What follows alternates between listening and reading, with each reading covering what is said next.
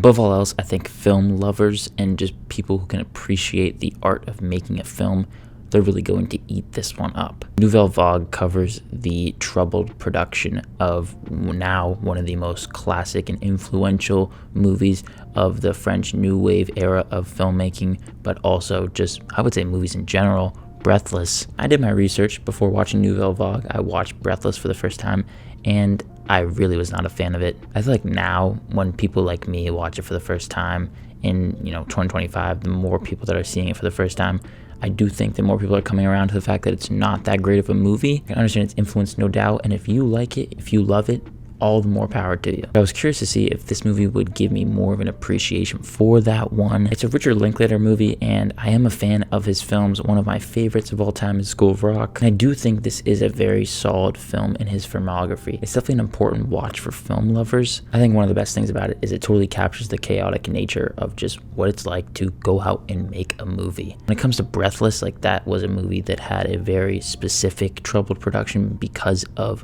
specifically Jean-Luc Godard, which this movie definitely tackles. What Nouvelle Vague focuses on is making a movie, obviously, but also what happens when you don't necessarily follow the rules and how going against what everyone's telling you to do can bite you in the ass sometimes, but it also can really make a stamp, and then it can give you one of the most influential movies of all time. Obviously, no one really knew in that moment it was going to be one, but years later, it's a movie that is still revisited and it probably will be for years to come. Nouvelle Vague also has the typical hangout vibes of some of Richard Linklater's best movies, some of his most beloved movies. You can't just get lost in the dialogue here. This is actually not a film that he wrote, but I think with his directing, it still has those typical Linklater sensibilities. Not as focused on a straightforward plot. It kind of just goes from scene to scene. You're a fly on the wall in this moment of the shoot, from one scene to the next, and I think the performances are really strong, particularly Guillaume Marbeck, I hope I'm pronouncing that right, who plays Jean-Luc Godard. I thought he did a really good job at capturing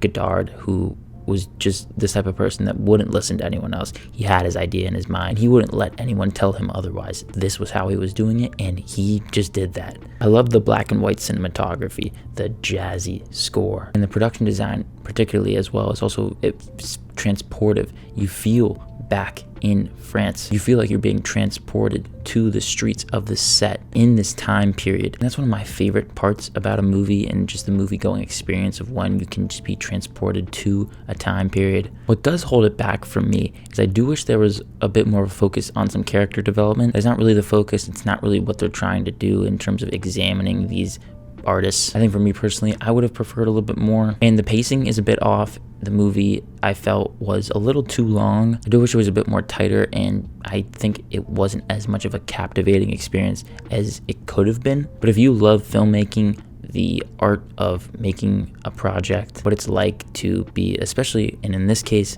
on a very troubled production. That's why I think Nouvelle Vague does a great job of covering, is just movie making. The writing, I do think, is what holds it back for me, but with the strong performances, time capsule-esque production, and the relaxed kind of chill nature of the movie, I think makes for an entertaining watch. I'm gonna give Nouvelle Vague a B-, and I would recommend streaming this one.